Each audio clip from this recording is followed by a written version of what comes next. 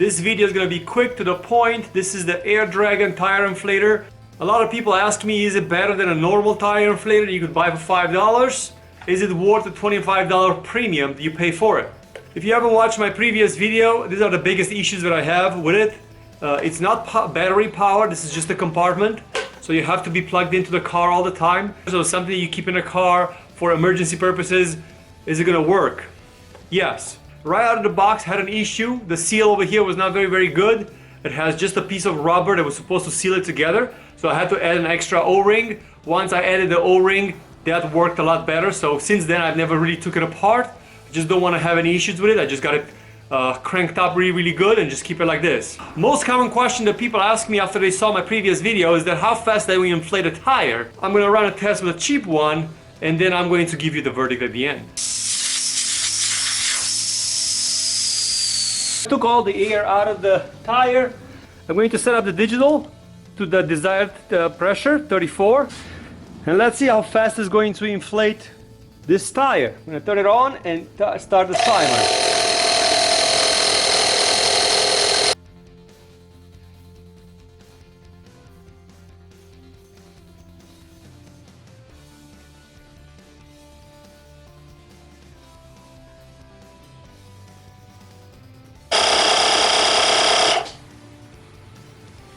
So it just stopped at 31.5 saying full, but I've set it up specifically to 34. So let's see what's going on over here. See, it's set up to 34.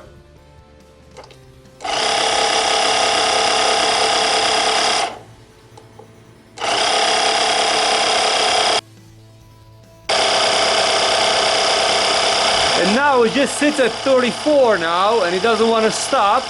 So we're going to wait for it to see how long it will take to stop. It's minute 9.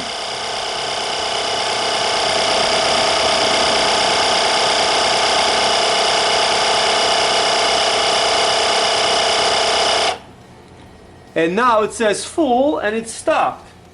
So at this point, I'm going to click the trigger. Oh, it's pretty warm. Wow, it's actually pretty warm. So it stopped at 9 minutes and less than 10 minutes. I'm going to disconnect it from the tire. This hose is also very warm. So yeah, it's definitely warm. You could feel it.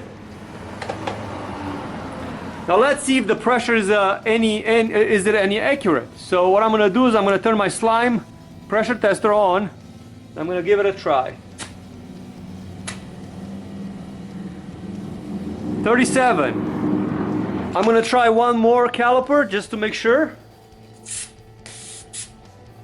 And this one says 37.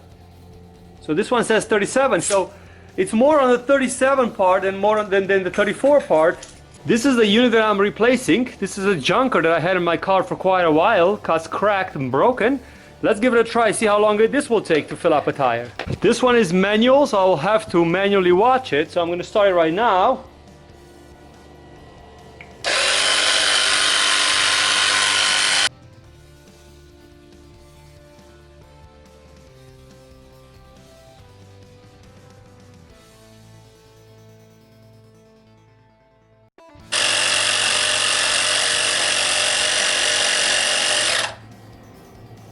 So this one is showing 35 psi. Let's see.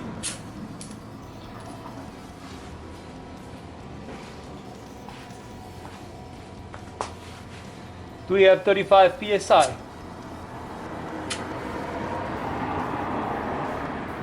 So I only have 28. So this dial, this gauge over here, after 20 minutes, I only have 28. So what is the verdict as far as the Air Dragon goes? This product, it is faster than a junky old inflator that I had before. No question about it. It's twice as fast. This one is not accurate. This one is not accurate. The only part that is misleading as far as this one goes is that it has to stop on itself. And that is something that is going to let you wonder how many PSIs you have in your car. But in a pickle, when you are in trouble, it's still better than the old one. The part that I don't like that is misleading about it, it looks like it has a battery compartment which it doesn't. So because it does not have a battery compartment, it is not as mobile as I thought it is. Is it a great tool to have in the back of your car in case you ever need it one day? Absolutely. Is it twice as fast as that one? Yes. If you're sitting in the middle of nowhere with the engine running, trying to inflate your tire, the Air Dragon will do it a lot faster. Quality-wise, it feels like it could be better. I don't think that they've done a very, very good job on the quality. I also think that they were very, very misleading the way that they designed it, with kind of like a battery looking at the bottom, when there are products on the market that they have the battery right at the bottom. Also, I think that it's a little bit complicated to use because there's a combination between setting up this dial and this little on and off button over here. So I've never really understood what was the point of that. Also has a lock button for the button, but I'm not sure why. Why would you have a lock button for the button when it's a click button? The LED light over here, yes, it's useful when it's dark at night, but I don't think that that's a selling point. So, is it worth the $29? Is this as good as it make it sound and then you see it on TV? The truth is, the verdict is no. But is it good to have in your car? Well, any compressor is good to have in the car. So if you're gonna be in the middle of nowhere, if you're gonna have that one or this one, you're gonna be very, very thankful that one of them inflated your tire.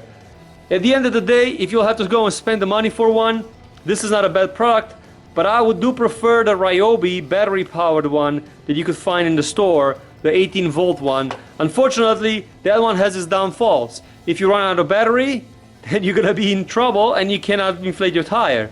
So in a way, they had to make these compromises that way. I wish they would have made it a little bit more compact package like this, with a little bit of a longer hose like this. I think it would have worked a lot better. Thank you very much for watching. Stay subscribed.